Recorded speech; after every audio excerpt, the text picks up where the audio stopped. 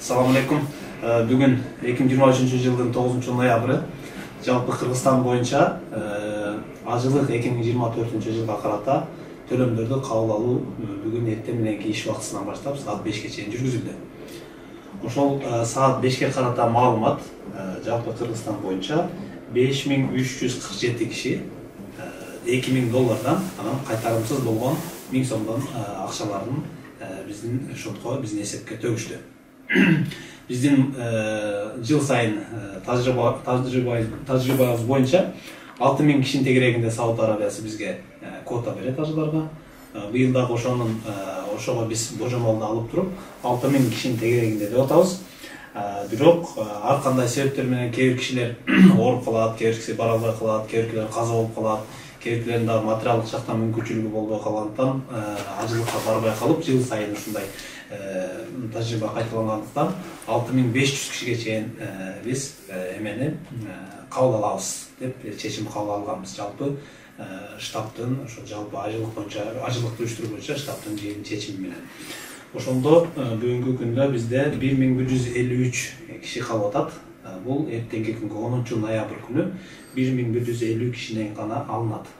Дагы бир айтып кое турган нерсе, биз бир канча жылдан бери ушундай иштеп келаткан тажрыйбабыз электрондук түрдө келет. Мисалы үчүн РСК банкта бирөө саат 8:00 төктү, ал биринчи болот, 8ден 1 өткөндө төккөн экинчи болот. Андан кийин секундда минутасына карап туруп ошол эсеп түзүлөт, кезектер түзүлөт. Ким ошол 6500дөн кийин болуп калса алынбайт 6500дөн. Ал эми квота боюнча келип тактап келгенибизде 6000 квота бизге бөлүнгөн.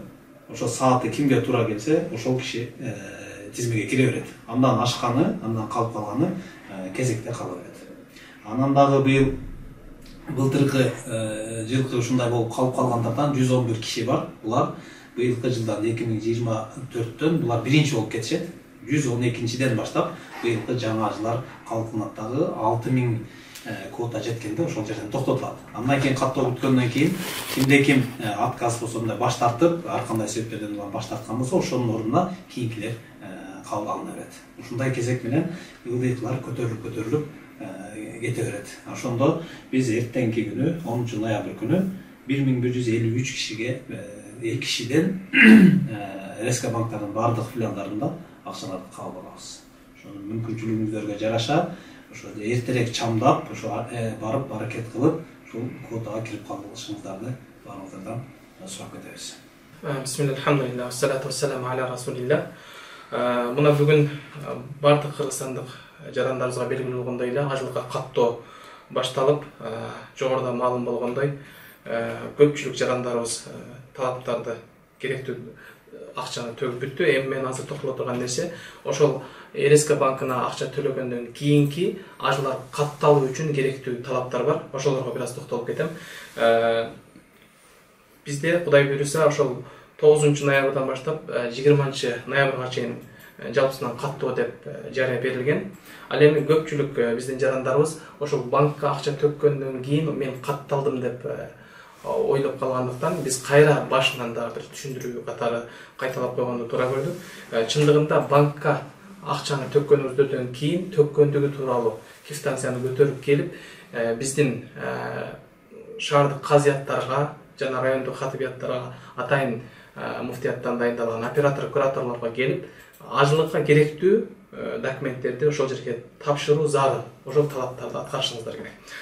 Анын ошол биринчи талабы сиздер ошол акча төлөгөндүгү боюнча квитанциядан кийин, экинчиси сиздердин ID картаңыздар менен тышкы паспорттун көчүрмөсү экөө тең бир баракка түшүрүлгөн болуусу зарыл. Тышкы паспортуңуздар жогору жагына, ал эми ID картаңыздар астына түшүрүлүп бир баракка көчүрмөсү көчүрүлгөн болуш керек. Бул биринчи талап. Андан кийин экинчиси болсо, ар бир ажыга барууну ниет кылган адам үчүн тышкы паспорттун мөөнөтү 2024 жылдын декабрына чейин бүтүп калбай тургандай болуш керек.